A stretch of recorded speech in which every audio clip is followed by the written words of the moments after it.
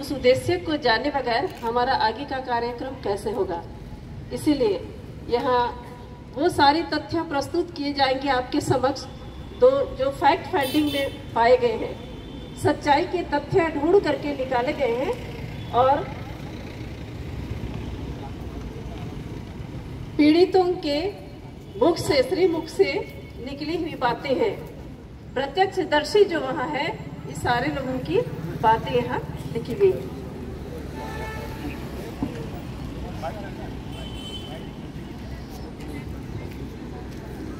उपरोक्त विषय की जो बातें हैं, हमने जो यहाँ बैनर में लिखा है, वो दिनांक 6 जून 2023 को ग्राम बालाछापर, थाना और जिला जसपुर में रात्रि को विभा बाई और विभा किरकिट्टा, हीरामणि बाई, फूलवती विश्वकर्मा और सचिन राम को एक झूठे मामले में गिरफ्तार कर जेल भेज दिया गया है। पूरे मामले की विस्तृत और सिलसिलेवार जानकारी निम्नानुसार है। यह कि विभा बाई उर्फ विभा किरकिट्टा, पिता स्वर्गीय सोहन राम, उम्र 23 वर्ष, गांव बालाछापर, स्कूल पारा, थाना व जिला जसपुर के निवासी हैं। अपने पिता स्वर्गीय सोहन राम की मृत्यु के पश्चात बचपन से उसने अपने मामा दिनेश के यहाँ सुरजुला में रहकर एवं बाद में घाघरा में रहकर अपनी पढ़ाई पूरी की। इस दरमियान उसने स्वेच्छा से धर्म वाहन बनने के लिए जिद किया और निर्णय लिया कि वह कैथोलिक ईसाई रीति के अनुसार धर्म वाहन बन जाए। विगत 8 दिसंबर को 2022 को उन्होंने अपना प्रथम व्रत धारण किया। कलीसिया ईसाइयों में एक विशेष परंपरा यह प्रचलित है, न केवल कलीसिया और ईसाइयों में लेकिन अन्य के बीच भी। अगर कोई धर्म वाहन बन जाता है, किसी की शादी हो जाती है, तो एक समारोह ऐसा आयोजित किया जाता है कि वो अपने घर में संपन्न हो। इसी के नाम से विवाह के घर में एक पारिवारिक कार्यक्रम आयोजित किया गया था। इस तरह के कार्यक्रम में सर्वप्रथम पूजा प्रार्थना होती है और उसे हम पवित्र मिस्सा कहते हैं। उसके बाद व्रत लेने वाली धर्म बहन के सम्मान में स्वागत कार्यक्रम और सामूहिक भोज रखा गया था। ऐसे ही एक कार्यक्रम विवाह के घर के नाम में पैतृक गांव बालाछापर में संपन्न हुआ। कार्यक्रम के लिए धर्म बहने और विवाह बाई और विभा किरकिट्टा के संबंधी एवं परिचित जन उपस्थित हुए। साथ ही गांव के कुछ लोग उत्सुकतावश कार्यक्रम देखने के लिए आए। एकत्र लोगों की संख्या लगभग 20-30 थी। लगभग 6 बजे शाम को पवित्र मिस्सा हुआ। इसके लिए एक पुरोहित शांति भवन से आए थे। पवित्र मिस्सा के बाद विवाह के सम्मान और स्वागत में छोटा कार्यक्रम रखा गया। उपस्थित लोगों में कुछ लोगों ने वहां के समुदाय को संबोधित कर विभा बाई को बधाइयां और शुभकामनाएं दी। कुछ लोगों ने उसके चरित्र की प्रशंसा करते हुए उनके भविष्य के लिए शुभकामनाएं अर्पित की। विभा ने अपनी ओर से बोलते हुए उपस्थित लोगों को अपना आभार प्रकट किया। उपरोक्त कार्यक्रम भक्तिमय एवं शांत माहौल में संपन्न हुआ। इसके बाद सबों के लिए भोजन परोसा गया और लोग अपने अपने घर वापस चले गए। अतिथियों के वहां से जाने के बाद लगभग 9 बजे रात को कुछ लोग 2 4 व्हीलर गाड़ी में और कुछ मोटरसाइकिल में उनके घर तक आ गए। ये बजरंग दल, हिंदू वाहिनी और भाजपा के कार्यकर्ता थे, जिसे न्यूज़पेपर ने भी प्रमाणित किया।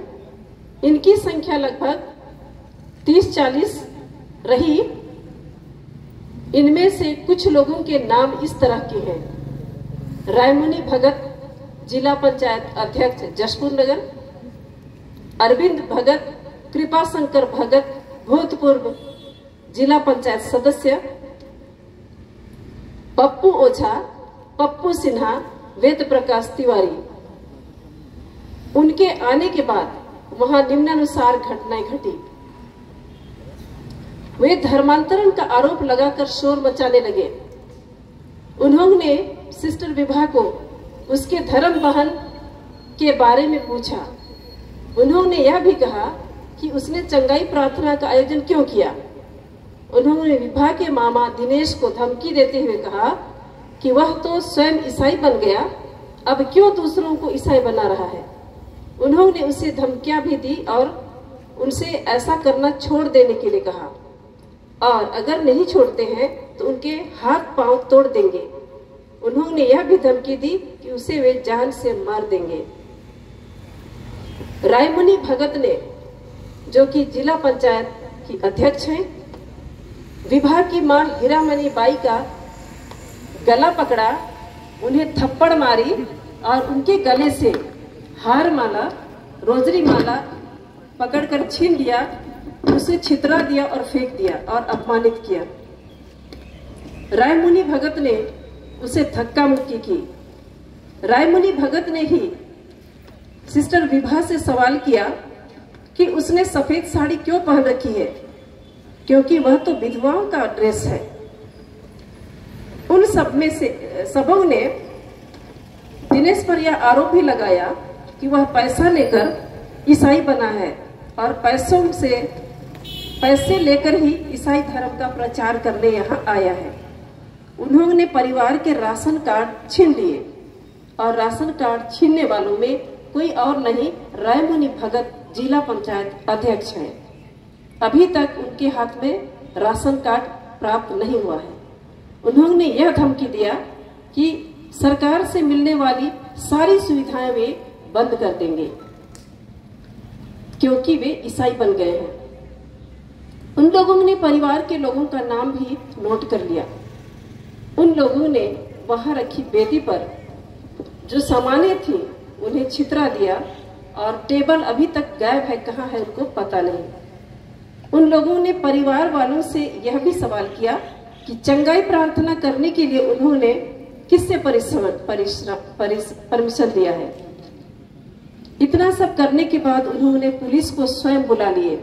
पुलिस उनके सामने ही उन्हें गिरफ्तार की और यह हुआ, पुलिस वहां 10 बजे रात के बाद, वहां कोई महिला पुलिस नहीं थी।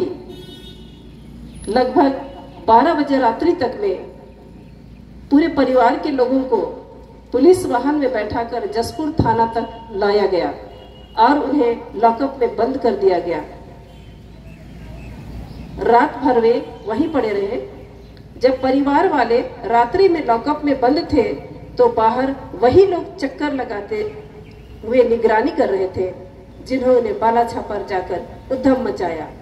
यहाँ याद रहे, आप सारे पुलिस बंधु यहाँ उपस्थित हैं, हमारे नागरिक उपस्थित हैं, किसी भी महिला को सूरज डूबने के बाद और सूरज उगने के पहले गिरफ्तार करने का कोई कानून नहीं है।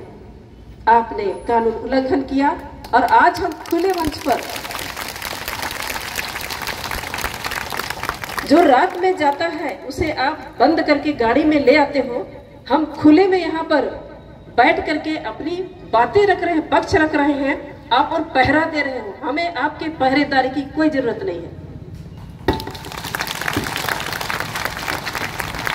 हम शांति प्रिय लोग हैं, हम ना कांड करते हैं और ना कांड करने को महत्व देते हैं।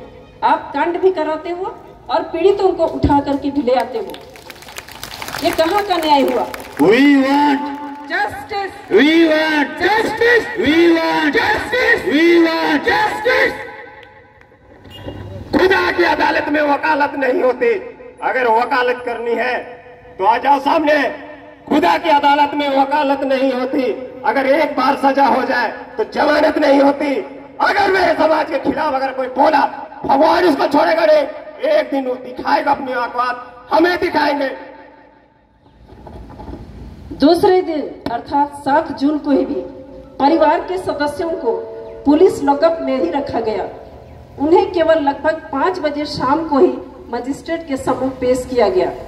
विभाग के मामा दिनेश को अंधा होने के कारण बेल दे दिया गया।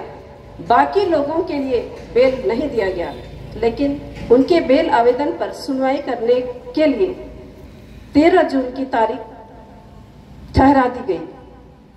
उनमें निम्न व्यक्ति हैं विभा किरकिट्टा, हीरामणि बाई जो विभा किरकिट्टा की माताजी हैं, फूलवती विश्वकर्मा जो उनकी मामी है, और सचिन राम जो उनका भाई है।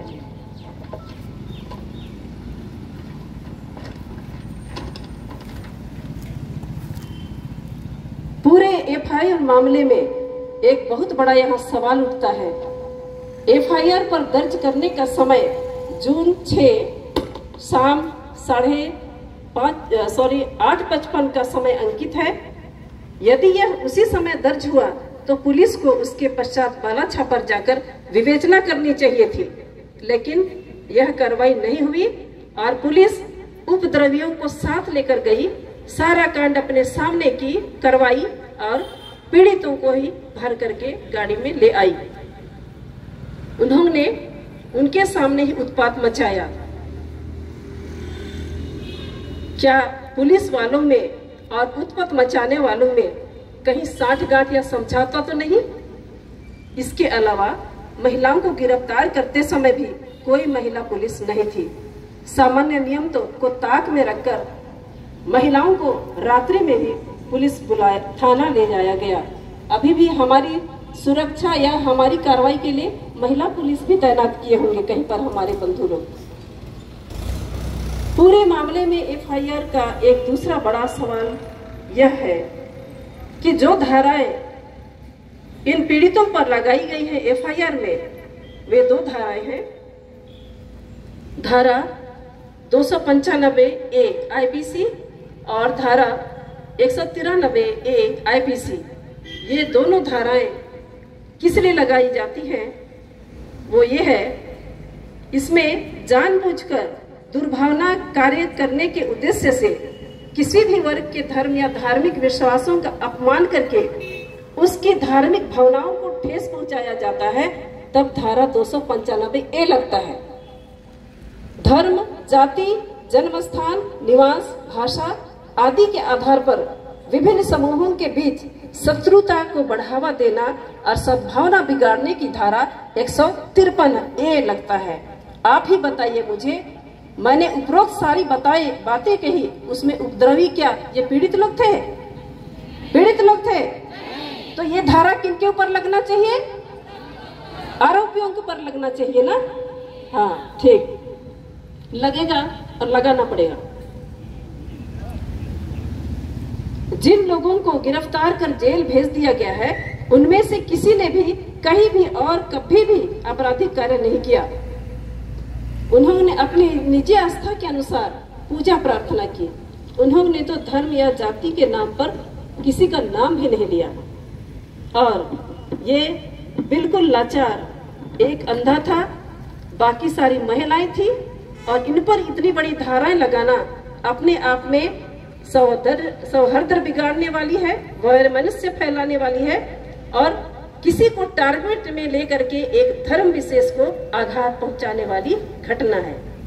और इसके विपरीत घटनाक्रम से यह बात स्पष्ट हो गया है। अपराध तो वास्तव में उन लोगों ने ही किया जो 6 जून को रात्रि में आकर बालाछापर गांव में उत्पात मचाए, चाहे वे उपद्रवी हो चाहे पुलिस। इसीलिए इस पूरे घटनाक्रम में जो भी बातें हुई वह स्पष्ट है, और इसीलिए आवेदन डालने पर दिनांक 13 जून 2023 को शाम 5:30 बजे विभा और उनके परिवारजनों को बेल दे दिया गया और वे अभी मुचलके में छूटे हुए हैं।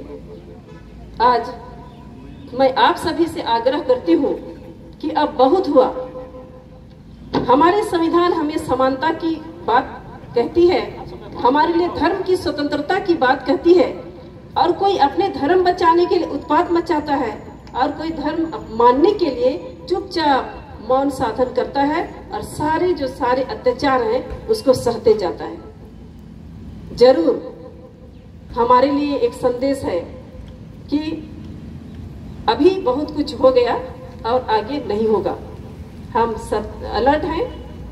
हम अपने धर्म बचाने के लिए यह बीड़ा उठाए हैं अभी तक हमने किसी पर हिंसा नहीं किया और न हमने किसी पर अत्याचार नहीं किया। हम शांतिप्रिय लोग हैं, आस्थागत लोग हैं। अपनी आस्था बचाने के लिए हम आज रोड पर आने को मजबूर हैं।